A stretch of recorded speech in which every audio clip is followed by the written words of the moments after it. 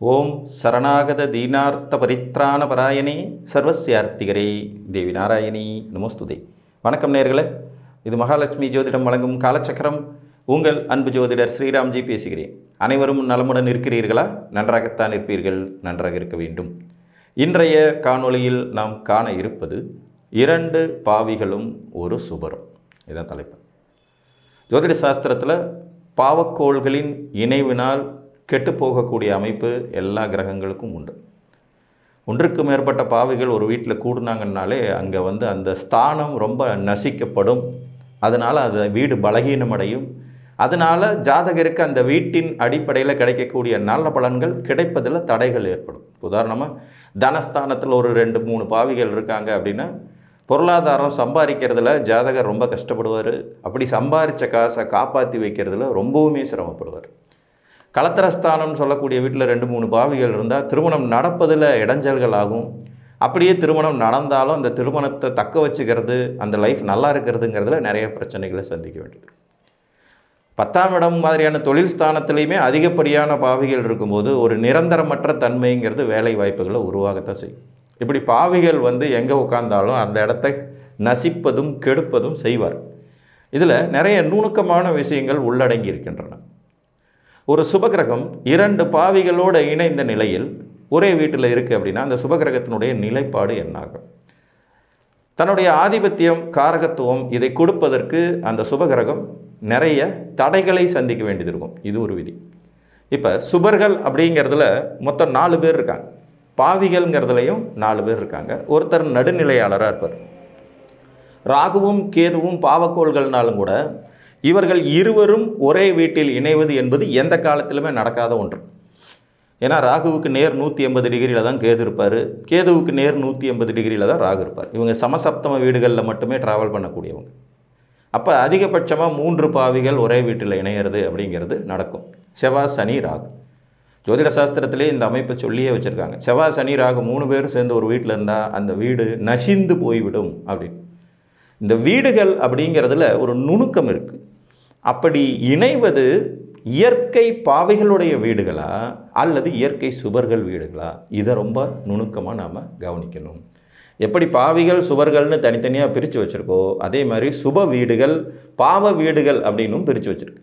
அப்போ எங்கே இவங்க இணையிறாங்கங்கிறத பொறுத்தும் அதற்கான பலன்களில் துல்லியமாக மாறுபாடுகள் இருக்கும். அதே மாதிரி 4 இயற்கை சுபர்கள் இருக்காங்க. அதில் எந்த சுபரோடு 2 பாவிகள் இணைஞ்சிருக்காங்கங்கிறதுல வச்சும் பலன்களில் வித்தியாசப்படும். எப்பேற்பட்ட பாவக்கோள்களோடு இணைந்தாலும் குருவானவர் முழுவதும் தன்னிலை இழக்க மாட்டார். அப்போ குருவோட 2 பாவிகள் இணைஞ்சிருக்கிற நிலையில் அது பாவ வீடாக இருந்தால் குரு ஒரு 10% வேலை செஞ்சுக்கிட்டு தான் இருப்பார். அதுவே ஒரு இயற்கை சுப வீடாக இருந்ததுன்னா கண்டிப்பாக குரு 25% வேலை செய்வார். இங்கே நான் இணைவுன்னு சொல்கிறத நீங்கள் 5 டிகிரிக்குள்ள கிரகங்கள் இருந்தால் மட்டும்தான்ங்கிறத எடுத்துக்கணும். ஒரு உதாரணம் எடுத்துக்கலாம். இப்போ கடகத்தில் குரு இருக்கார், ஒரு பக்கம் சனி, இன்னொரு பக்கம் ராகு. கடகத்தில் குரு இருக்கார்.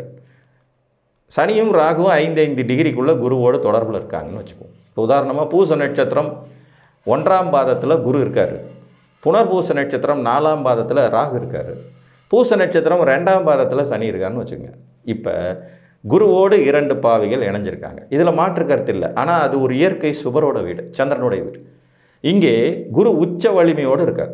இப்போ குரு உச்ச வலிமையோடு செயல்பட மாட்டாருங்கிறது நிதர்சனமான உண்மை. அவர் தன்னுடைய உச்ச வலிமையில் கிட்டத்தட்ட 75% பலன்களை இந்த சனிக்கும் ராகுவுக்கும் பிரித்து கொடுத்துருவார். இதில் சனியும் ராகுவும் நல்லவங்களாக மாறிட்டு இருப்பான். குரு முழுமையான சுபராக செயல்பட முடியாமல் இருப்பார்னாலும் கூட இங்கே அவரால் 25% ஒரு மனிதனுக்கு தேவைப்படக்கூடிய தகுதிகளை கொடுக்கும் தன்மையோடு தான் இருப்பார். இதை நாம் கவனிக்கணும். எங்கே இணையிறாங்கங்கிறது, அந்த தளம் என்பது ரொம்ப ரொம்ப ரொம்ப இம்பார்ட்டன்ட். ஒரு வீடு என்பது ஜோதிட சாஸ்திரத்தில் மிக முக்கிய பங்கு வகிக்கிறது அப்படிங்கிறத நம்ம மறந்துடவே கூடாது. வீட்டின் தன்மை தான் கிரகங்கள் பிரதிபலிக்கும். உச்ச வீட்டில் இருக்கிற கிரகம் அந்த உச்ச வீட்டின் தன்மையை பிரதிபலிக்கிறது. பகை வீட்டில் இருக்கும் கிரகம் அந்த பகை வீட்டின் தன்மையை பிரதிபலிக்கிறது. நீச்ச வீட்டில் இருக்கிற கிரகம் அந்த நீச்ச வீட்டின் தன்மையை பிரதிபலிக்கிறது. அப்போ கிரகம் ஒன்று தான், பட் அது இருக்கிற இடத்துக்கு தகுந்த மாதிரி தன்னை மாற்றி தகவமைத்து கொள்கிறது அப்படிங்கிறது தான் சூட்சம். ஸோ அந்த அடிப்படையில் குரு ஒரு முழு சுபருங்கிறனால இவர் 2 பாவிகளோடு இணைந்த நிலையிலும் கூட செயலாற்றுவார். அடுத்த சுபராக இருக்கக்கூடியவர் சுக்கிரன். சரி, இதே குரு பகவான் மேசத்தில் இயற்கை பாவ வீட்டில் இதே ராகு சனியோடு இணைஞ்சிருக்கும் போது அங்கே அவரால் 25% கண்டிப்பாக செயல்பட முடியாது. பேருக்கு ஒரு 5லிருந்து 10% தான் அவரால் பலன்களை தர முடியும். இதுவே குருங்கிறதுனால மட்டும்தான். குருவை தாண்டி சுக்கிரன் இவங்களோட இணைகிறார். இதே மாதிரி சனி ராகுவோடு சுக்கிரன் இணைகிறார். 2 பாவிகளுக்கு நடுவில் மாற்றம். இல்லை செவ்வாய் சனியோடு சுக்கிரன் இணைகிறார். இங்கேயும் இயற்கை சுப வீடாக இருந்தால் சுக்கிரனுக்கு ஒரு 10% செயல்படும் தன்மை இருக்கும்.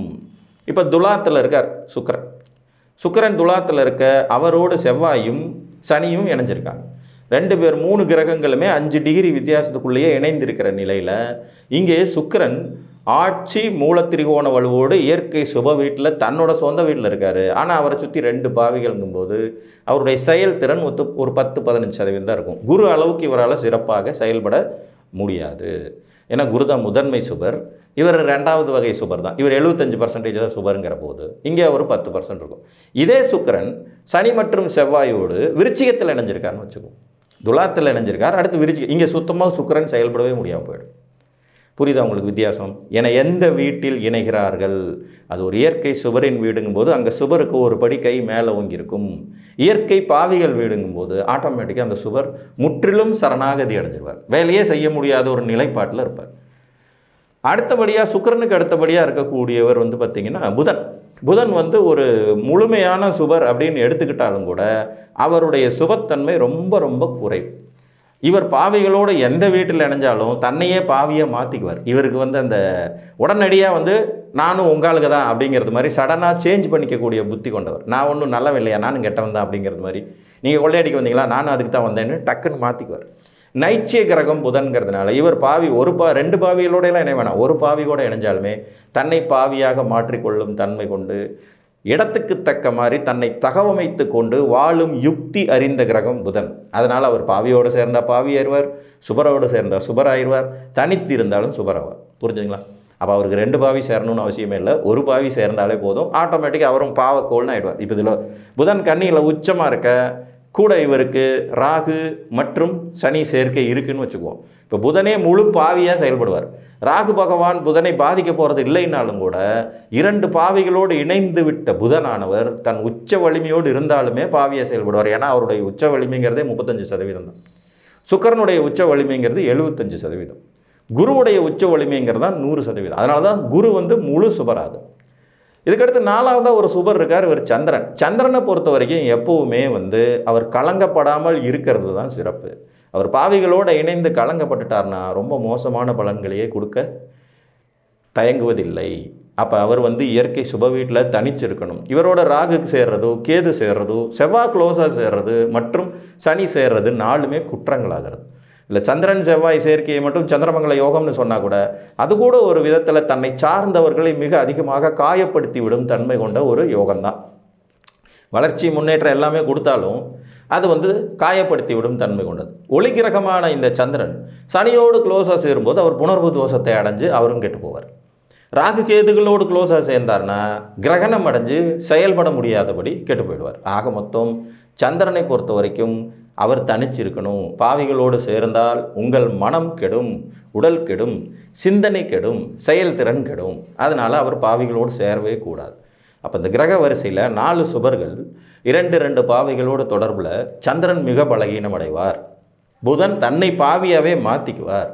சுக்கிரன் இருக்கும் இடத்திற்கு பொறுத்தாற்போல் 10% செயல்படுவார், இல்லை செயல்பட முடியாமலே போயிடுவார். குரு மட்டுமே பாவிகளை வலுப்படுத்தி விட்டு, பாவகிரகங்களும் வேலை செய்யுங்க நல்ல விதமாக அப்படிங்கிற மாதிரி வலுப்படுத்தி விட்டு தன்னுடைய வலிமையை இழப்பார்.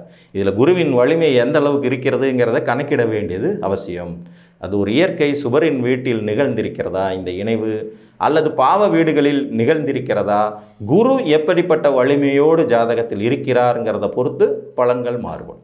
ஆனால் என்னதான் இருந்தாலும் நீச்சம் என்கின்ற நிலையில் சனி ராகு கேது போன்ற கிரகங்களோடு குரு சேரும்போது மட்டும்தான் முற்றிலும் செயலிழந்து போவாரே ஒழிய, தனிப்பட்ட முறையில் குரு நீச்சமடைந்த ஜாதகம் கூட 10% குருவின் வலிமையை பெரும் தகுதியோடு இருக்கும்.